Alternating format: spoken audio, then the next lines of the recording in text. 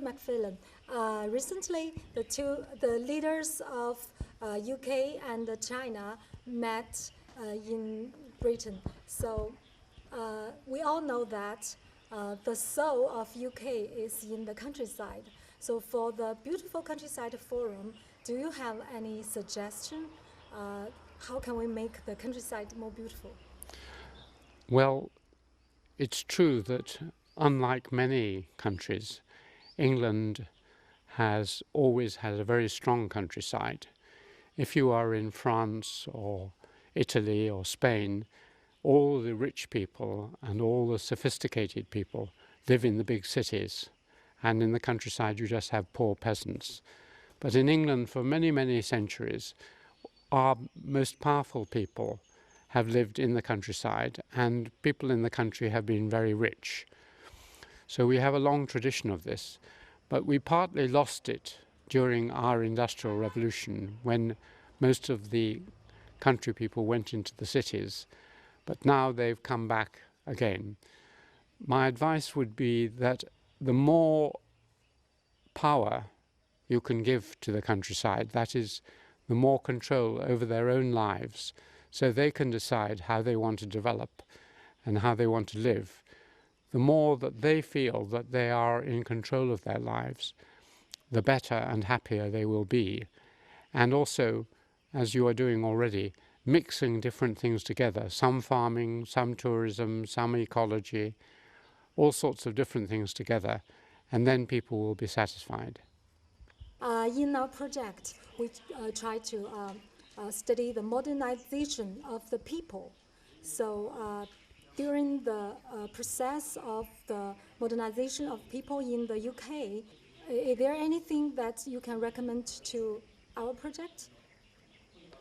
Any inspiration? Well, it is a difficult subject because modernization means different things to different people. So it depends on what you mean by modernization. If you mean that they go to school and that they are educated and that they become aware of a wider world, then obviously education is very important. And if you can make the schools in the countryside very good as the town schools or the city schools, then people will stay in the countryside. Many people in many parts of the world leave the country because the schools are not good enough. So if you can really make it worthwhile for young people to come and teach in the countryside, that would help both the countryside and also the modernization. The other thing is really to make people respect and aware of the old traditions of the countryside. Things like this pottery here and other parts of the country culture, and not to think that just by living in the countryside you are backward and uncivilized and not modern. So I think the project which I've heard about, which is encouraging people to think of the countryside as beautiful and worthwhile and a good place to live, that is the right approach. As a top scholar all over the world, you've been many places around the world. So have you ever seen some similar place that it's similar to China? Do you have any suggestion that, especially the developing countries? What do you think we can borrow something from that experience? Well, it's true that I've been to many different countries. I've worked for a very long time in Nepal, in the Himalayas, for many years, nearly 50 years.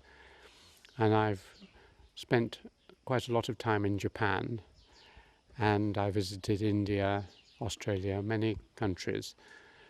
In fact, I think you in China are doing as well, if not better, certainly much better than in Nepal, as well as in Japan. I don't think you have a great deal to learn, in fact. Rather, I think you have a lot to teach the rest of the world. I think your example is much better because your government is very much in favor of encouraging people to live in the countryside. During our industrial revolution, the government made no effort to help the countryside at all.